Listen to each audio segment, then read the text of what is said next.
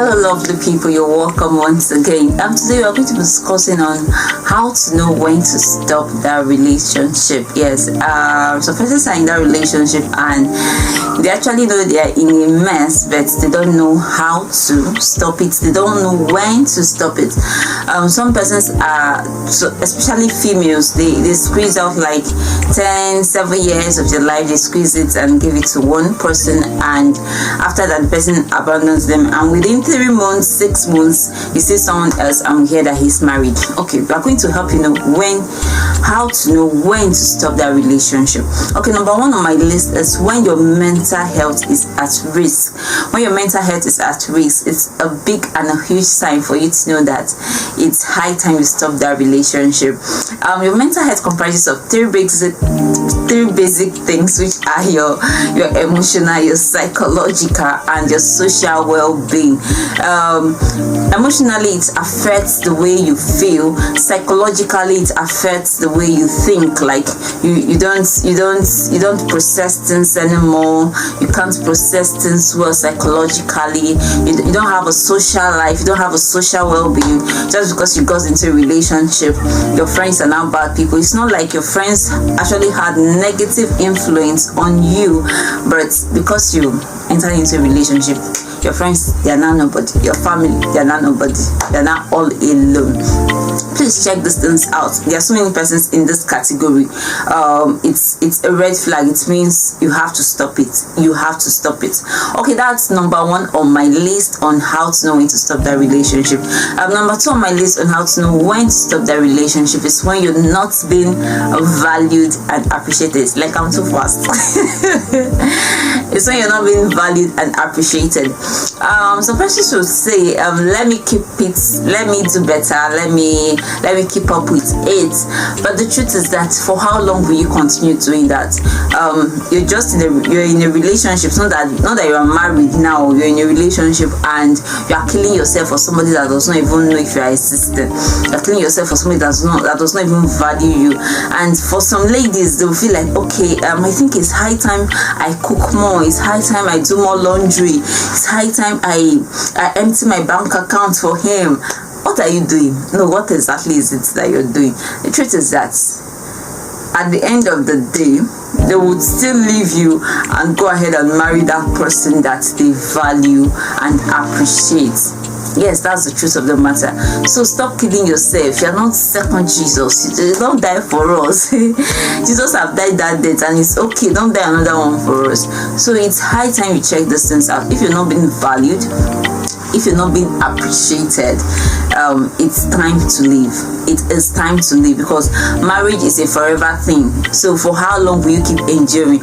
And the most interesting thing about marriage is that marriage is not meant to be endured. You know, we used to hear those days they say you just enjoy marriage to the end. No, it's meant to be enjoyed, not endured. So if you're starting now, you're from the relationship stage, you're already enduring, and now your name will soon turn to endurance. Well, that's my point. I think number 3 on my list on how to know when to stop that relationship is when you don't have peace of mind. There is this quote that says that if it will cost me my peace, then it is then too expensive. Yes, if it will cost you your peace, it is way too expensive. How do you do it? How? I can't trade my peace for anything. No matter, I can't. How do people do it?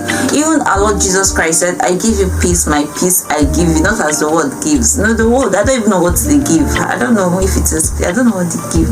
But the point is that if it will cost you your peace, it is too expensive. Well, I know some people, they are billionaires or they are trillionaires, and they don't mind, they don't care. They say love is blind. Well done, congratulations. Very soon you soon fall inside pits. My point is that if it will cost you your peace, it is not worth it. If you don't have peace of mind, today people are fighting, tomorrow you are quarreling, next tomorrow it is check it. If the number of times you guys fight is more than the times people have good memories together, then it's not worth it. I'm not saying once in a while people won't have misunderstanding, but even if that comes up, the ability to settle it amicably it's what brings about maturity. It shows that you both are matured. Not that today it blows you, tomorrow it punches you, next tomorrow it, okay, I think that's enough for that. Then number 4 on my list on how to know when to move on, when to say it's okay, when to say this relationship has come to an end. Number 4 on my list is when they are not being honest and sincere with you. I think you really have to you have to say it's okay. You have to call it a day when they're not being honest and sincere with you. I don't know how some persons do. There's this song that I used to sing one time. They say, "Lie to me, even if I don't know the other side." But it be like say I get sweet voice. So it's like I have singing. It's like I went into the singing ministry. I'm just joking though.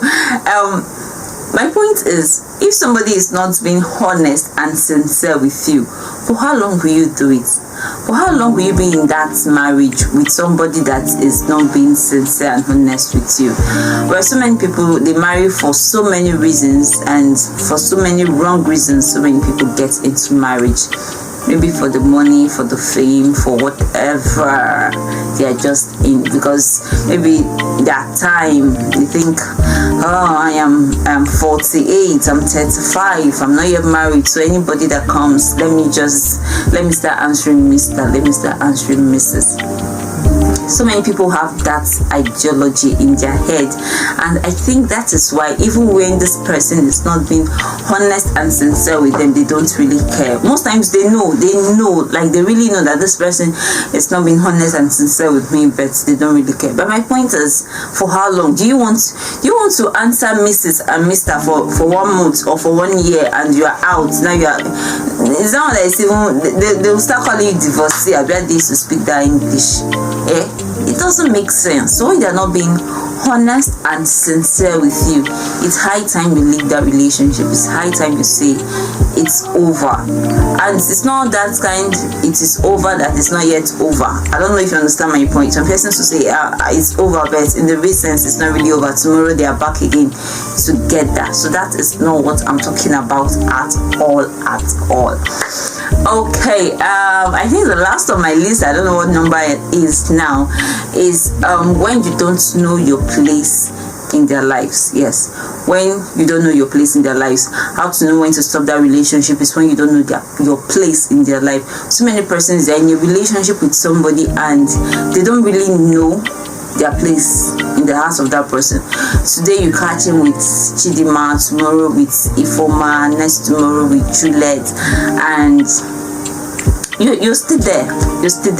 You're seeing this person that he's a cheat, and you're still there. And I don't know. No, like seriously, I don't know. So how do people do it?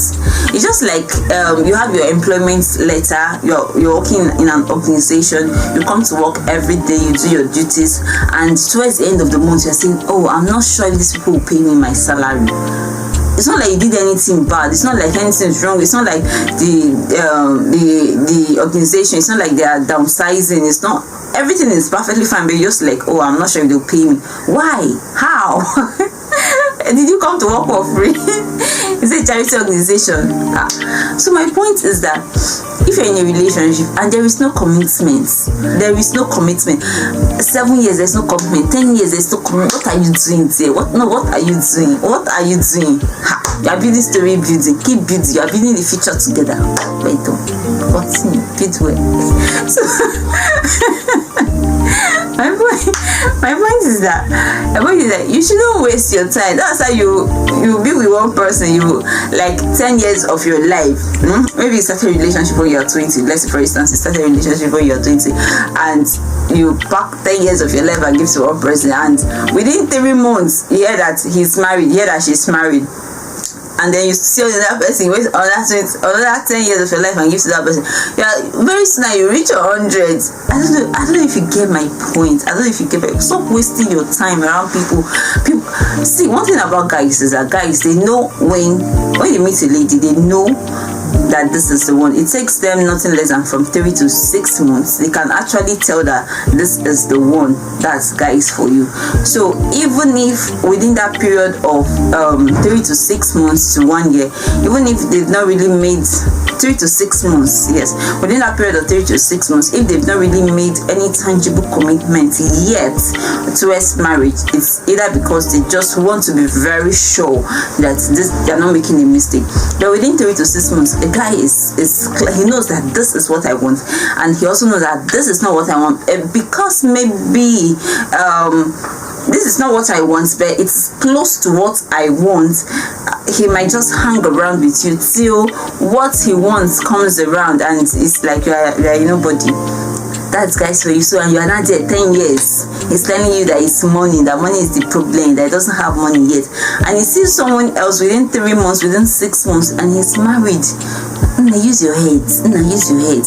I know of a guy and a lady that they were in a relationship.